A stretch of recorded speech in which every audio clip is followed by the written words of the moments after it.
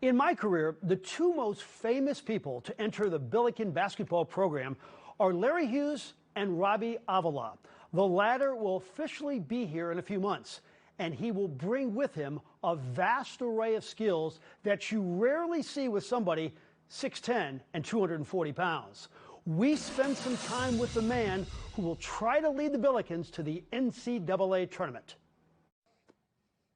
So, Robbie, right off the bat, how does it feel to have national commentators compare your game to Nikola Jokic, probably the best basketball player in the world? I think it's just amazing to kind of be put in the same conversation as him. You know, to have that nickname as the college Jokic has definitely been a lot of fun. I have similarities to his game. Obviously, I'm nowhere near as good, but like I said, just to be able to be put in the same conversation as, you know, one of the best players in the world is definitely amazing. And, you know, I'm blessed to be able to be a part of that. How did you develop your guard skills? Because normally in the United States, if you're 6'10", you get on the block and you shoot 3-foot turnarounds, but you have guard skills. Where did this come from? I definitely say we kept at it early. My dad was kind of my coach growing up, and, you know, he's seen plenty of cases where you're, you know, a foot taller than everybody when you're younger, but then you get to high school and you're, you know, 6 foot, 6'1", and you stop growing. And, you know, at that height, you know, you're going to be a guard in college. And so we weren't sure that I was going to grow up to be, you know, 6'10" at what I'm at now. So we wanted to make sure that I could do all three, the dribble, pass, and shoot. And so I've been working on my, you know, those three skills since, you know, I started playing basketball, and I still work on them to this day because, you know, I feel like, you know, those three, you know, common skills or, you know, can take you really far. And so being able to handle it and pass it as a big, it is definitely what separates me a lot. All right, let's talk nicknames. Kareem Abdul-Jabbar, the most popular. Larry Nerd's pretty good. But I don't know if you've heard the new one here in St. Louis, Slu-Alcindor. I love that.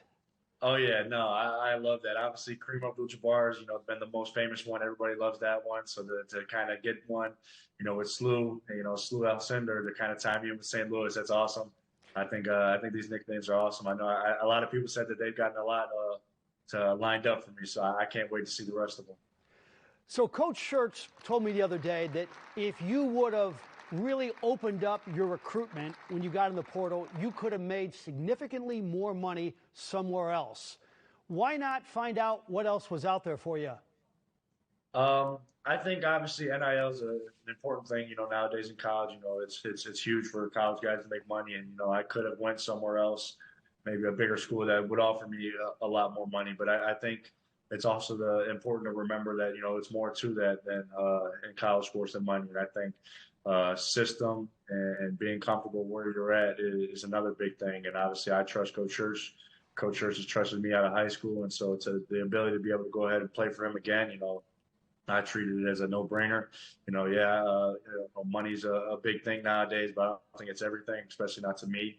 And so to be able to play under Coach Schertz again, under the system, to kind of have the success we did here and kind of bring it over to St. Louis, I think that's also a big part of why I really had it was a no-brainer for choosing Coach Schertz again. What is it about his personality that you really are drawn to? Because he told me about a month before he got this job that you told him, when it was kind of rumored, that, Coach, wherever you go, I go. Yeah, no, I think he's just an ultimate genuine person. You know, he's going to keep it real with you no matter what. He's going to tell you what you're good at. He's going to tell you what you're bad at. And I think having somebody who's going to tell you the truth like that in college is huge. And, you know, if you find a guy like that, I think you should stick with him because he's ultimately going to give you, you know, the right path, and he's going to put you in the best situations. And so, you know, when I built this relationship with Schertz for the last 3 years, and I found that, you know, finding people like that are, you know, rare. And so, like I said, when I did text him that, I told him, you know, wherever you go, I'm going to be there with you. And so I'm going to continue to trust him for these next 2 years.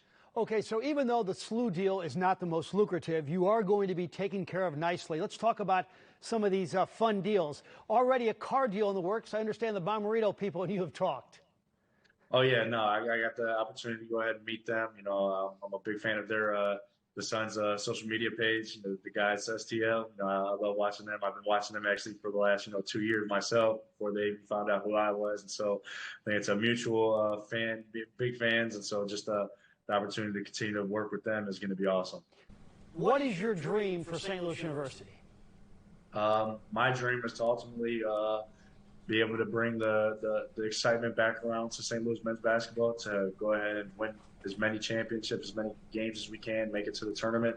I think just, obviously St. Louis has a lot of good history, with a lot of great players that played there. And so I just want to be able to come close with my last 2 years to somebody like that.